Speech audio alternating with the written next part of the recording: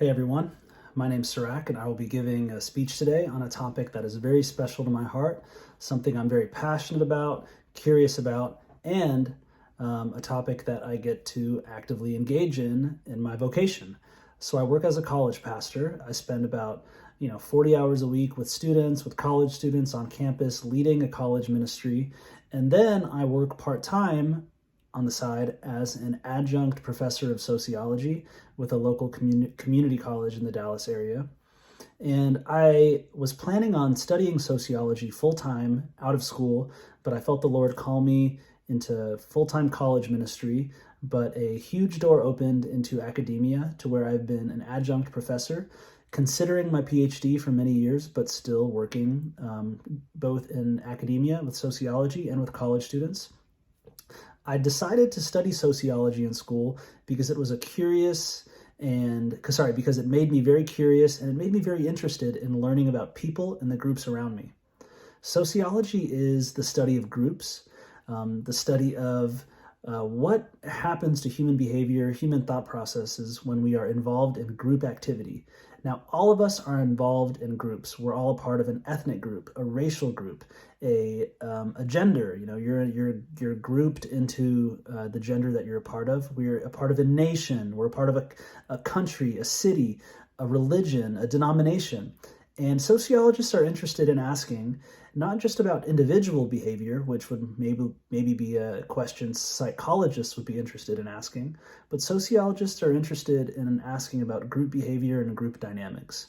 Now, within sociology, there are three general perspectives that are used when explaining a social phenomena. So, for example, when you take the social phenomena of, say, crime, criminal activity, deviance in a society or a culture or a community, the three perspectives used to identify and explain this phenomena are one, the structural perspective, two, the conflict perspective, and three, the symbolic interactionist perspective. And when I learned about this in school, it helped me frame many of the social phenomena around me, in addition to the perspectives that many people were talking about the social phenomena from. So for the example of crime, someone who may take the structural perspective, they may say that crime and criminal behavior is an inherent part of every society, meaning that in the system and the structure of groups of people in a society, in a community, in a country, that they view crime as just a function within that complex system.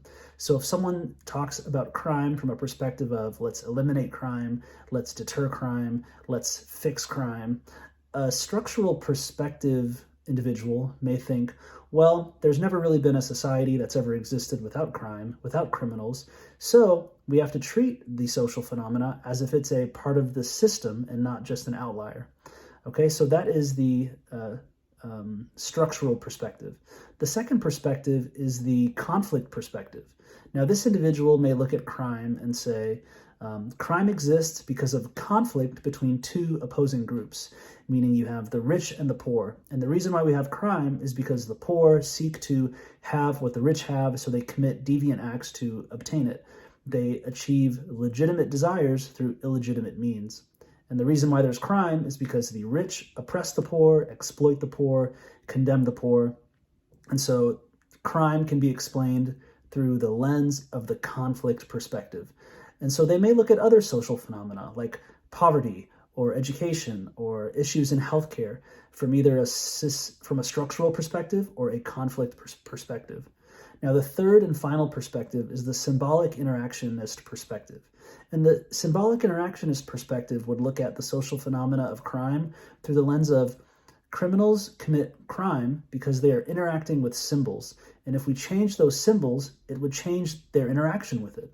So, for example, they may say that someone stealing a car may steal a car because not just because they see a car and they want it, but because they grow up in a community that maybe taught them that stealing cars was okay, that deviant activity is acceptable.